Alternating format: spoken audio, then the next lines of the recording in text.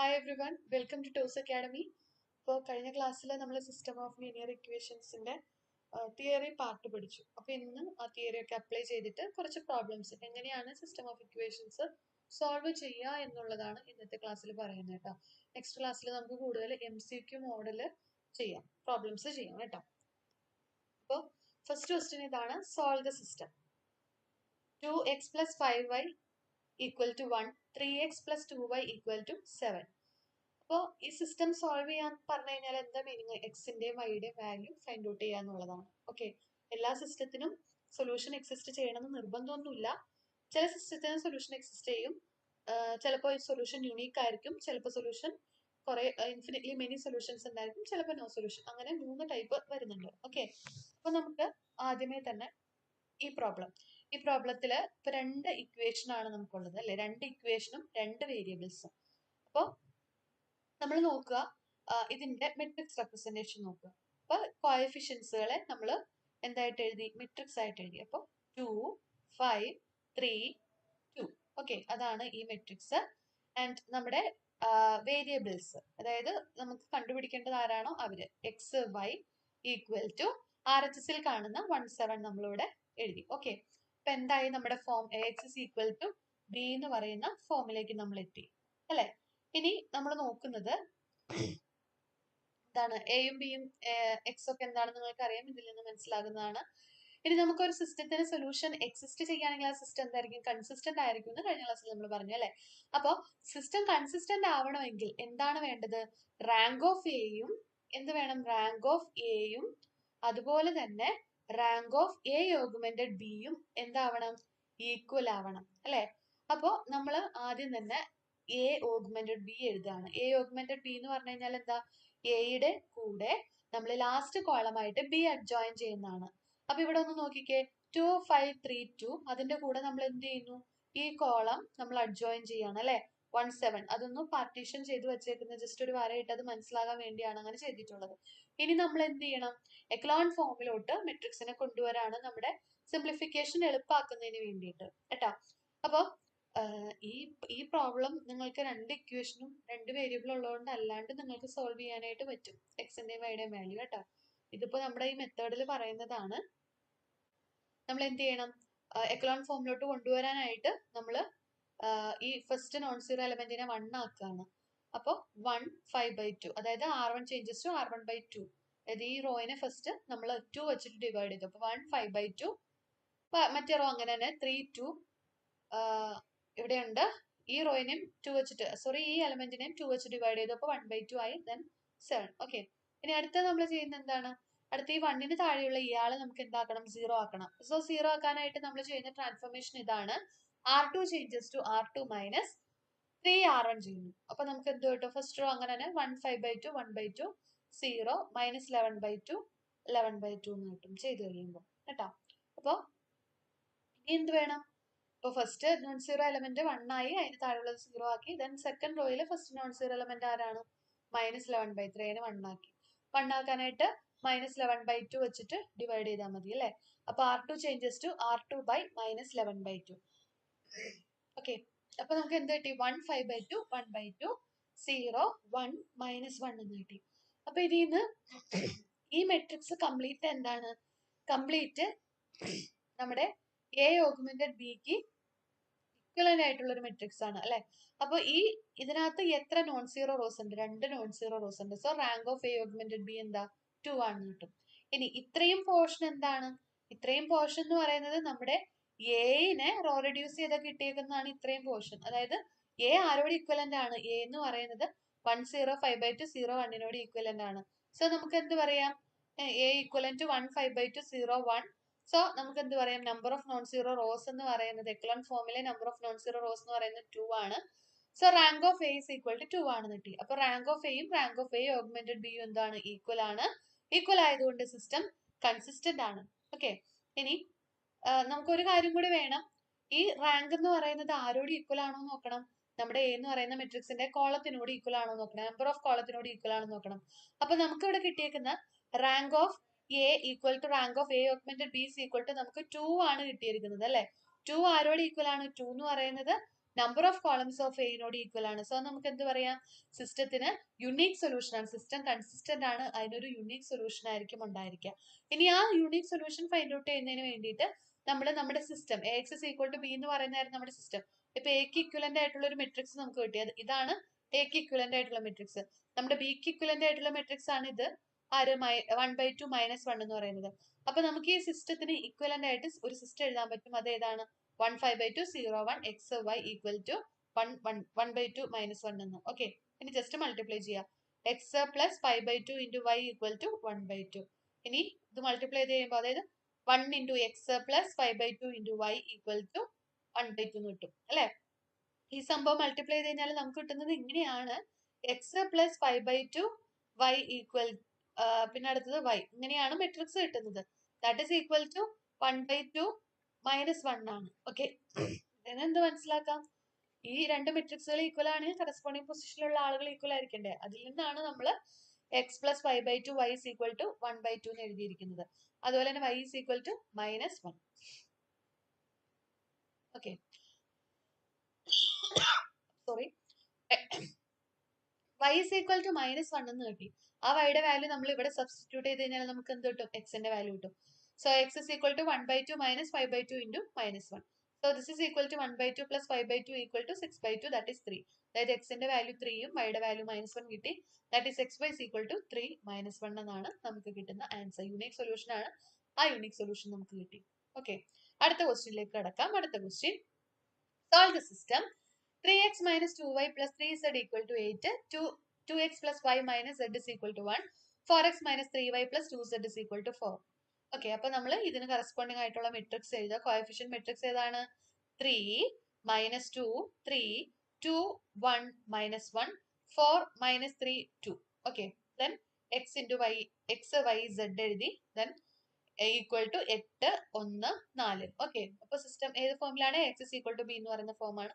നമ്മൾ എന്ത് ചെയ്യണം, സൊല്യൂഷൻ എക്സിസ്റ്റ് ചെയ്യണ്ടോ എന്ന് നോക്കാനായിട്ട് റാങ്ക് ഓഫ് എയും റാങ്ക് ഓഫ് എ ഓഗ്മെന്റഡ് ബിയും ഈക്വൽ ആണോ നമ്മൾ ചെക്ക് ചെയ്യണം അല്ലെ. അപ്പൊ റാങ്ക് ഓഫ് എയും എ ഓഗ്മെന്റഡ് ബിയും കണ്ടുപിടിക്കാനായിട്ട് ആദ്യം എ ഓഗ്മെന്റഡ് ബി എന്ന് പറയുന്ന മെട്രിക്സ് എഴുതി. 3 - 2 3 8 2 1 -1 1 4 -3 2 4 എന്ന് എഴുതി. ദെൻ R1 ചേഞ്ചസ് ടു R1ൽ ഈ എലമെന്റിന് നമുക്ക് എന്താക്കണം, 1 ആക്കണം. അതിന് 3 വെച്ചിട്ട് ഞാൻ ഡിവൈഡ് ചെയ്തു. അപ്പൊ 1 - 1/3 1 8/3 എന്ന് വരും. ഓക്കെ, ദെൻ ബാലൻസ് ഉള്ളത് അങ്ങനെ തന്നെ എഴുതി. ദെൻ നമുക്ക് എന്ത് വേണം, ഈ 1ന് താഴെയുള്ള ഈ 2ഉം 4ഉം 0 ആക്കണം. അതിനുവേണ്ടി നമ്മൾ എന്ത് അപ്ലൈ ചെയ്യുന്നു, R2 changes to R2 - 2 R1 എന്ന് പറയുന്ന ഓപ്പറേഷൻ അപ്ലൈ ചെയ്യുന്നു. അതുപോലെ തന്നെ 4നെ 0 ആക്കാനായിട്ട് 4 - 4 ആണ് 0 ആവുക. അപ്പൊ ഈ R3യിൽ നിന്ന് നമ്മൾ എന്ത് മൈനസ് ചെയ്യുന്നു, 4 R1 മൈനസ് ചെയ്യാണ്. അപ്പൊ നമുക്ക് 1 - 2/3 1 8/3 0 7/3 -3 -13/3 0 -1/3 -2 -20/3 എന്ന് കിട്ടും. ദെൻ നമ്മൾ അടുത്തത് ഇതിനെ 1 ആക്കണം അല്ലെ.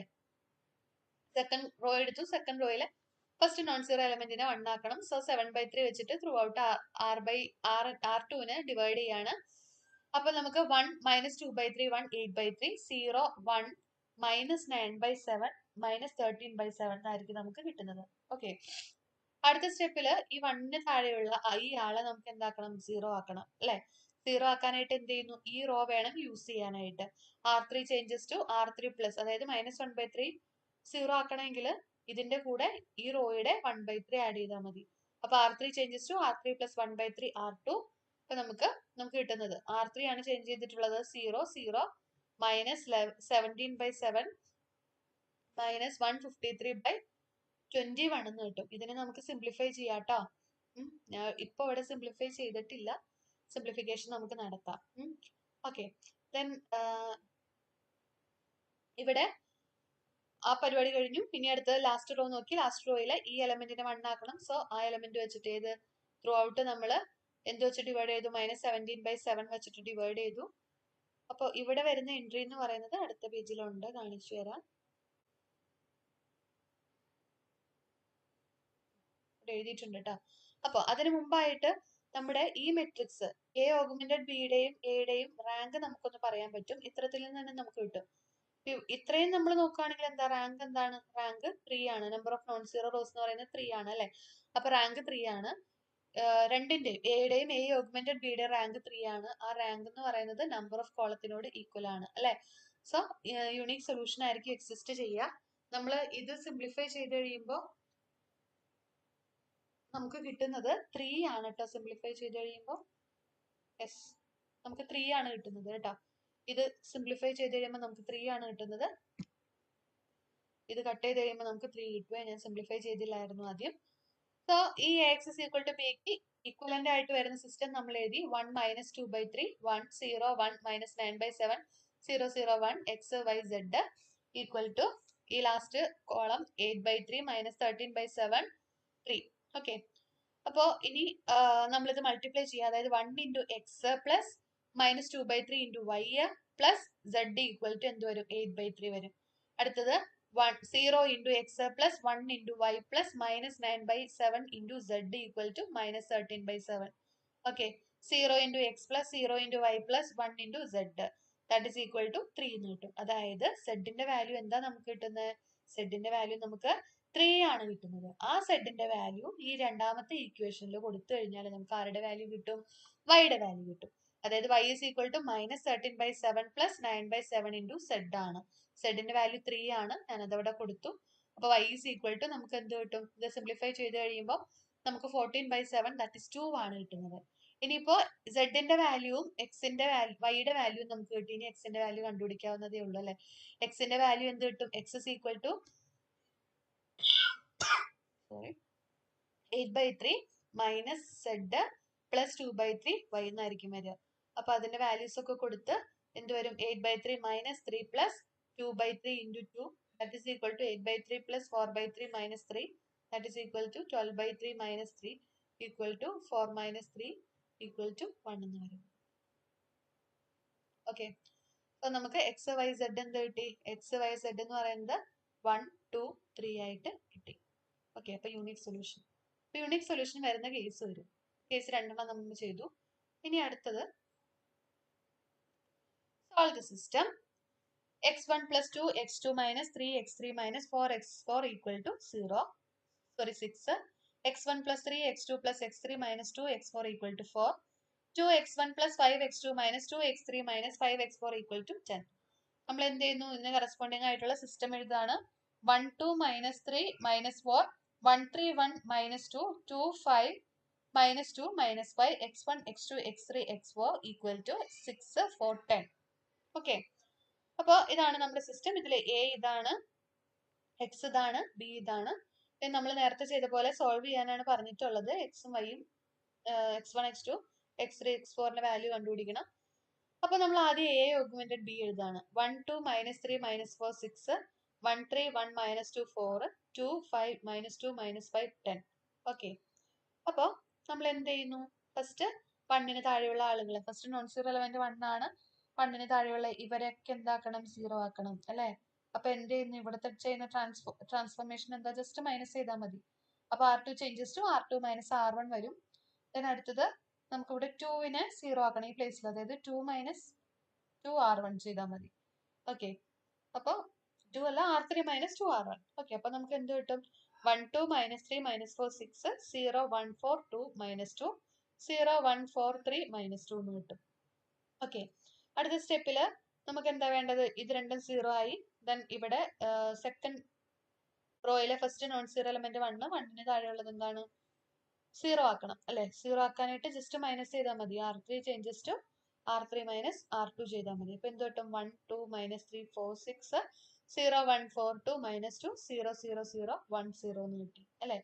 അപ്പൊ നമുക്ക് റാങ്ക് എന്ത് കിട്ടി? റാങ്ക് എന്ന് പറയുന്നത് rank of A augmented B ഇതാണ്. Number of non zero rows 3 എണ്ണം ഉണ്ട്.